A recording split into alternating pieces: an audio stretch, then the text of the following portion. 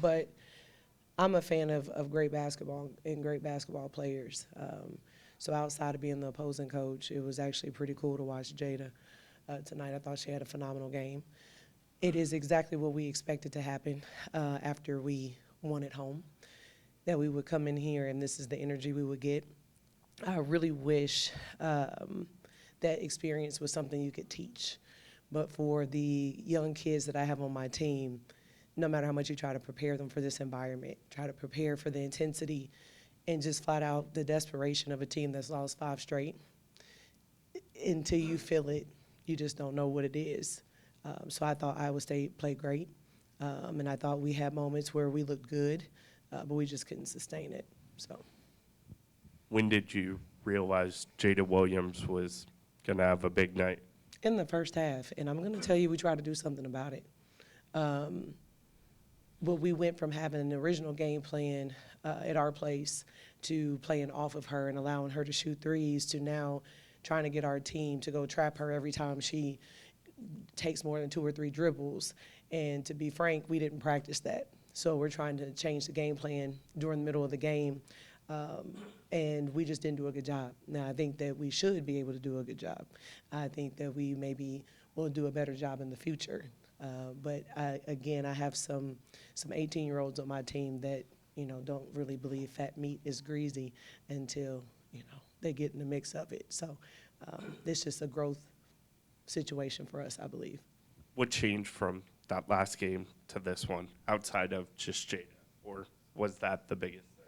I think Jada was the biggest thing. I mean, Audie had 23 when we played at home. So I don't think we don't go in thinking we can shut her down because we play her one-on-one. So we know that there's going to be some moments where she just gets the best of us. She's obviously very good. But there is no doubt that it was Jada. But that doesn't take away from Jackson coming back and playing a full game. I think she got hurt at some point in our game, and I don't remember exactly when, but she made some big shots. I think that we thought maybe we'd be able to turn them over a little more, but they did a great job handling the pressure.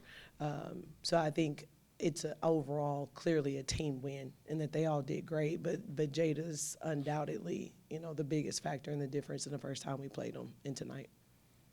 Coach, I think when you guys made a run to cut it to 7, Jada went off again like she did so many times. Is that part of what leads you to say, as much as I hate it, you kind of marvel at the night that she had, just refusing to let you guys back in? Yeah, I mean, I have played and coached at high levels, and you can't help it. You kind of watch it like, God dang, that rim is awfully big for her right now. And the one right at the end of the quarter, she let it go, and before it went in, I said, that's going in. I mean, the kid was unconscious. And I hate it for us, right, clearly. But at the end of the day, in this league, in the Big 12, I think that what people have to recognize is how difficult of a league it is. And while we may not have a bunch of teams ranked in the top 25, to me, that's debatable. I mean, any given night, we are playing some very high-level basketball from top to bottom. And when I think about Iowa State and Coach Finley, I'm fully aware of what he's capable of. And I spoke earlier just simply about how much I grow and stretch being new in this league and a young coach.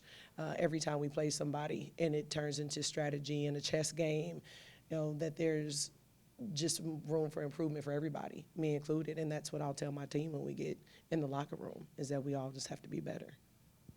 Why do you choose to go one-on-one with Audie? Yeah, because I feel like we have enough size. Again, you don't want her to get 30 and 40, but we can handle 20, right? I think the bigger issue, again, is when you try to double Audie, you have to respect the shooters that Iowa State has. And I'm never confident that we can double and recover in time and that Iowa State's not going to make 23s. So that's why we've always played that way. And we were here, I think maybe it was 2 years ago. I can't remember anymore. We were up at halftime the same way. But it's just really hard to have a game plan against Iowa State for 40 minutes. And then when you look at our roster, again, and I'm trying to convince these freshmen what all this looks like, I think it gets a little tougher. But I'm always proud of their tenacity. I'm proud of how they fight back. There's lapses defensively I'm not happy with, obviously, but we know who we lost to, and it's a really good team. All right, thank y'all. Good luck. Thanks.